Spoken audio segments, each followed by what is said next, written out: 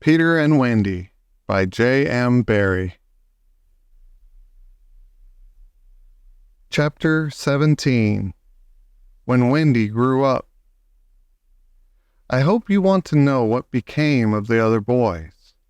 They were waiting below to give Wendy time to explain about them.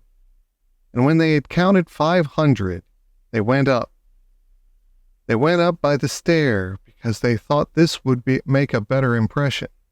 They stood in a row in front of Mrs. Darling, with their hats off, and wishing they were not wearing their pirate clothes. They said nothing, but their eyes asked her to have them. They ought to have looked at Mr. Darling also, but they forgot about him. Of course, Mrs. Darling said at once that she would have them. But Mr. Darling was curiously depressed, and they saw that he considered 6 a rather large number. I must say, he said to Wendy, that you don't do things by halves, a grudging remark which the twins thought was pointed at them. The first twin was the proud one, and he asked, flushing, "Do you think we should be too much of a handful, sir? Because if so, we can go away." "Father," Wendy cried, shocked, but still the cloud was on him. He knew he was behaving unworthily, but he could not help it. "We could lie doubled up," said Nibs. "I always cut their hair myself," said Wendy. "George," Mrs. Darling exclaimed, pained to see her dear one showing himself in such an unfavorable light. Then he burst into tears, and the truth came out. He was as glad to have them as she was, he said, but he thought they should have asked his consent as well as hers, instead of treating him as a cipher in his own house. "I don't think he is a cipher," Toodles cried instantly. "Do you think he is a cipher, Curly?" "No, I don't." "Do you think he is a cipher, Slightly?" "Rather not." "Twin, what do you think?" It turned out that not one of them thought him a cipher, and he was absurdly gratified, and said he would find space for them all in the drawing room if they fitted in. "We'll fit in, sir," they assured him. "Then follow the leader," he cried gaily. "Mind you, I am not sure that we have a drawing room, but we pretend we have, and it's all the same. Hoopla!" He went off dancing through the house, and they all cried hoopla, and danced after him, searching for the drawing room. And I forget whether they found it, but at any rate, they found corners, and they all fitted in. As for Peter, he saw Wendy once again before he flew away. He did not exactly come to the window, but he brushed against it in passing, so that she could open it, if she liked, and called to him. That was what she did. "Hello, Wendy. Goodbye," he said. "Oh, dear, are you going away?" "Yes." "You don't feel, Peter," she said falteringly, "that you would like to say anything to my parents about a very sweet subject?" "No." "About me, Peter?" "No." Mrs. Darling came to the window, for at present she was keeping a sharp eye on Wendy. She told Peter that she had adopted all the other boys, and would like to adopt him also. "Would you send me to school?" he inquired craftily. "Yes." "And then to an office?" "I suppose so." "Soon I should be a man?" "Very soon." "I don't want to go to school and learn solemn things," he told her passionately. "I don't want to be a man. Oh, Wendy's mother, if I was to wake up and feel there was a beard—" "Peter," said Wendy, the comforter, "I should love you in a beard." And Mrs. Darling stretched out her arms to him, but he repulsed her. "Keep back, lady. No one is going to catch me and make me a man." "But where are you going to live?" "With Tink in the house we built for Wendy. The fairies are to put it high up among the treetops, where they sleep at nights." "How lovely," cried Wendy so longingly that Mrs. Darling tightened her grip. I thought all the fairies were dead, Mrs. Darling said. There are always a lot of young ones, explained Wendy, who was now quite an authority. Because you see, when a new baby laughs for the first time, a new fairy is born. And as there are always new babies, there are always new fairies. They live in nests on the tops of trees. And the mauve ones are boys and the white ones are girls. And the blue ones are just little sillies who are not sure what they are. I shall have such fun, said Peter with one eye on Wendy. It will be rather lonely in the evening, she said, sitting by the fire. I shall have Tink. Tink can't go a 20th part of the way around, she reminded him a little tartly. Sneaky telltale, Tink called out from somewhere around the corner. It doesn't matter, Peter said. Oh, Peter, you know it matters. Well then, come with me to the little house. May I, Mommy? Certainly not. I've got you home again, and I mean to keep you. But he does so need a mother. So do you, my love. Oh, all right, Peter said, as if he had asked her from politeness merely. But Mrs. Darling saw his mouth twitch. She made this handsome offer, to let Wendy go to him for a week every year to do his spring cleaning. Wendy would have preferred a more permanent arrangement, and it seemed to her that spring would be long in coming. But this promise sent Peter away quite gay again. He had no sense of time and was so full of adventures that all I have told you about him is only a halfpenny worth of them. I suppose it was because Wendy knew this, that her last words to him were these rather plaintive ones. You won't forget me, Peter, will you, before spring cleaning time comes? Of course, Peter promised, and then he flew away. He took Mrs. Darling's kiss with him. The kiss that had been for no one else Peter took quite easily. Funny, but she seemed satisfied.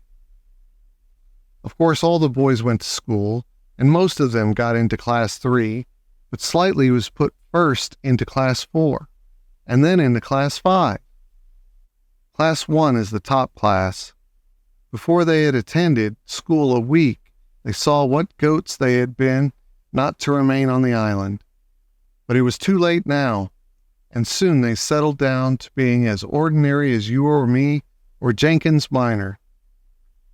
It is said to say that the power to fly gradually left them. At first, Nana tied their feet to the bedpost so that they should not fly away in the night.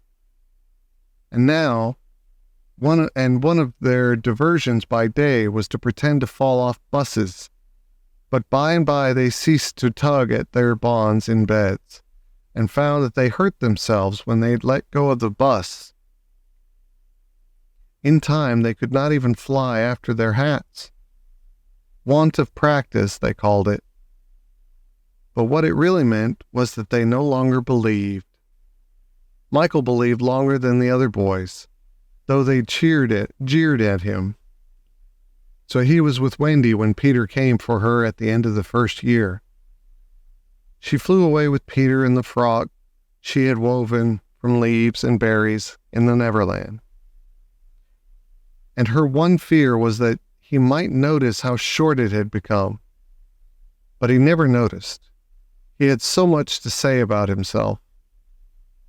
She had looked forward to thrilling talks with him about old times, but new adventures had crowded the old ones from his mind. Who is Captain Hook? He asked with interest when she spoke of the archenemy. Don't you remember, she asked amazed, how you killed him and saved all our lives? I forget them after I kill them, he replied carelessly. When she expressed a doubtful hope that Tinker Bell would be glad to see her, he said, Who is Tinker Bell? Oh, Peter, she said, shocked. But even when she explained, he could not remember. There is such a lot of them, he said. I expect she is no more. I expect he was right, for fairies don't live long, but they are so little that a short time seems a good while to them. Wendy was pained, too, to find that the past year was but as yesterday to Peter. It had seemed such a long year of waiting to her, but he was exactly as fascinating as ever. And they had a lovely spring cleaning in the little house on the treetops. Next year, he did not come for her. She waited in a new frock because the old one simply would not meet. But he never came. Perhaps he is ill, Michael said. You know, he is never ill. Michael came close to her and whispered with a shiver, Perhaps there is no such person, Wendy. And then Wendy would have cried if Michael had not been crying. Peter came next spring cleaning, and the strange thing was that he never knew he had missed a year. That was the last time the girl Wendy ever saw him. For a little longer she tried for his sake not to have growing pains, as she felt she was untrue to him when she got a prize for general knowledge. But the years came and went without bringing that careless boy. And when they met again, Wendy was a married woman, and Peter was no more to her than a little dust in the box in which she had kept her toys. Wendy was grown up. You need not be sorry for her. She was one of the kind that likes to grow up. In the end, she grew up of her own free will, a day quicker than other girls. All the boys were grown up and done for by this time, so it is scarcely worthwhile saying anything more about them. You may see the twins and Nibs and Curly any day going to an office, each carrying a little bag and an umbrella. Michael is an engine driver. Slightly married a woman, a lady of title, and so he became a lord. You see the judge in a wig coming out of the iron door? That used to be Toodles. The bearded man who doesn't know any story to tell his children was once John. Wendy was married in white with a pink sash. It is strange to think that Peter did not alight in the church and forbid the banns. Years rolled on again, and Wendy had a daughter. This ought not to be written in ink, but in a golden splash. She was called Jane, and always had an odd, inquiring look, as if from the moment she arrived on the mainland, she wanted to ask questions. When she was old enough to ask them, they were mostly about Peter Pan. She loved to hear of Peter, and Wendy told her all she could remember in the very nursery from which the famous flight had taken place. It was Jane's nursery now, for her father had bought it at the 3%. From Wendy's father, who was no longer fond of stairs, Mrs. Darling was now dead and forgotten. There were only 2 beds in the nursery now, Jane's and her nurse's, and there was no kennel, for Nana also had passed away. She died of old age, and at the end, she had been rather difficult to get on with, being very firmly convinced that no one knew how to look after children except herself. Once a week, Jane's nurse had her evening off, and then it was Wendy's part to put Jane to bed. That was the time for stories. It was Jane's invention to raise the sheet over her mother's head and her own, thus making a tent, and in the awful darkness to whisper. What do we see now? I don't think I see anything tonight, says Wendy, with a feeling that if Nana were here, she would object to further conversation. Yes, you do, says Jane. You see, when you were a little girl. That is a long time ago, sweetheart, said Wendy. Ah me, how time flies. Does it fly? Asked the artful child. The way you flew when you were a little girl? The way I flew?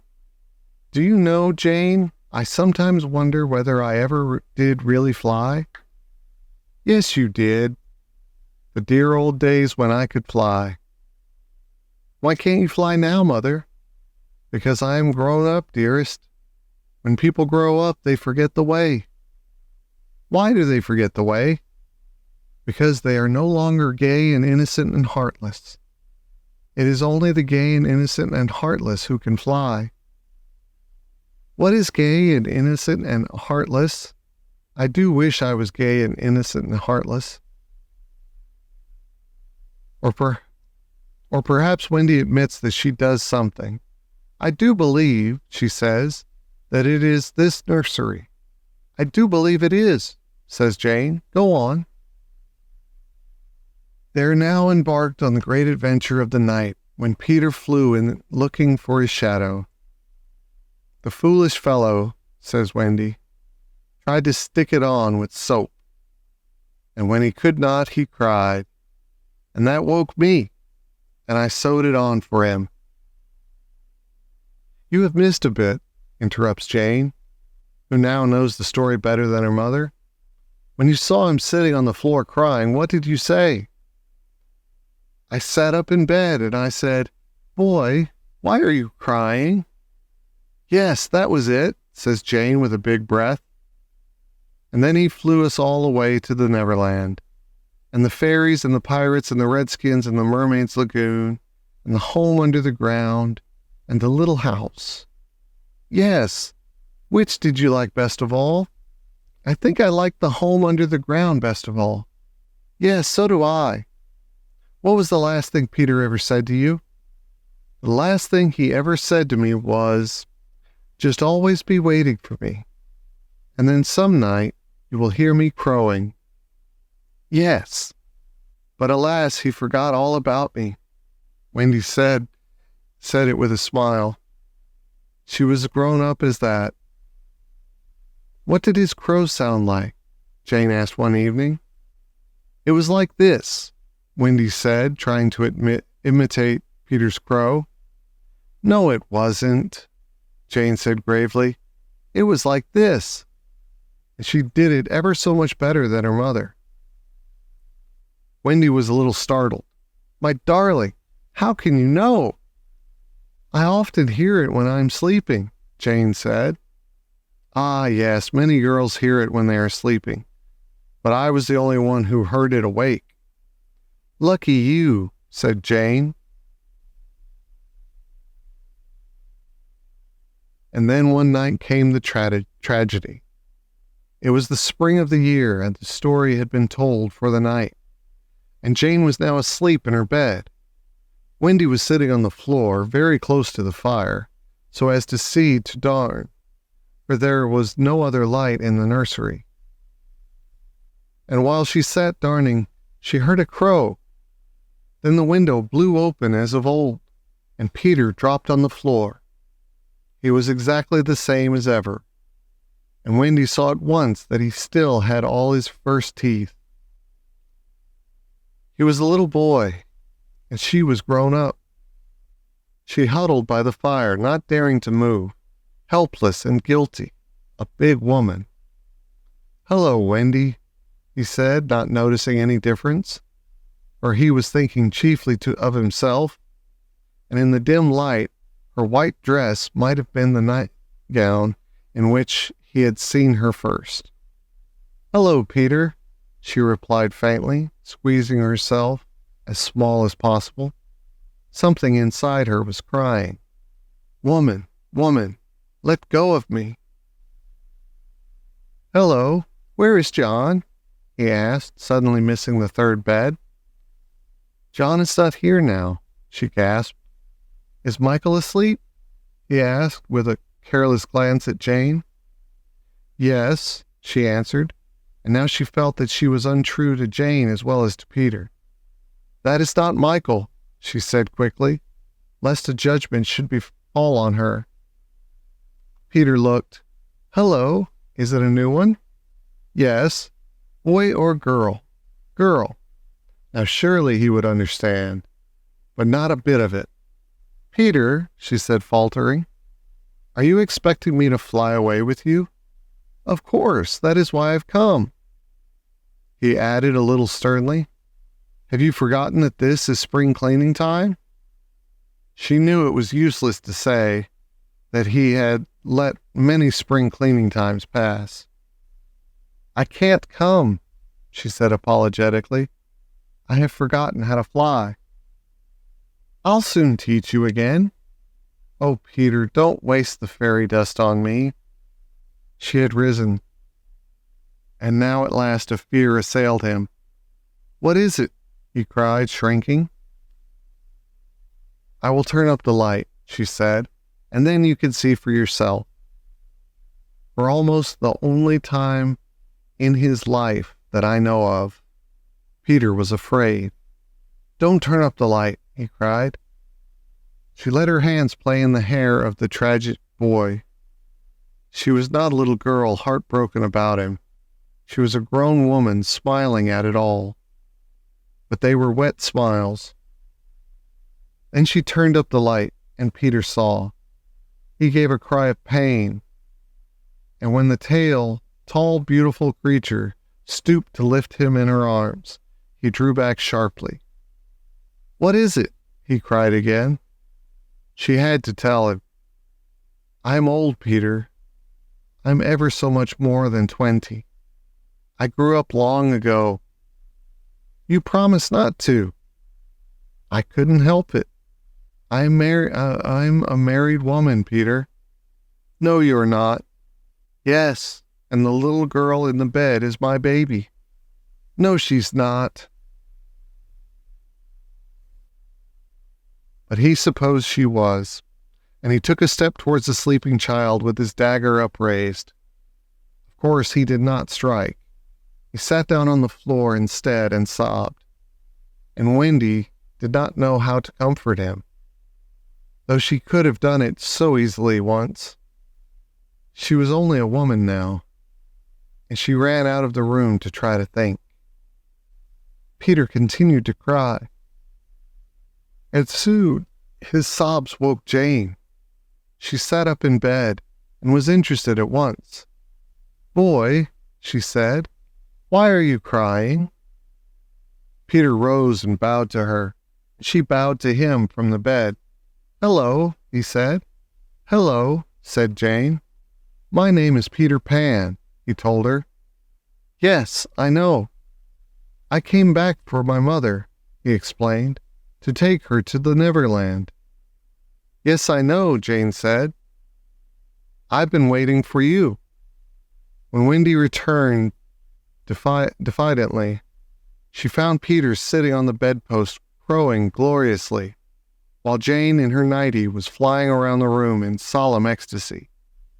She is my mother, Peter explained, and Jane descended and stood by his side, with the look on her face that he liked to see on ladies when they gazed at him. He does so need a mother, Jane said.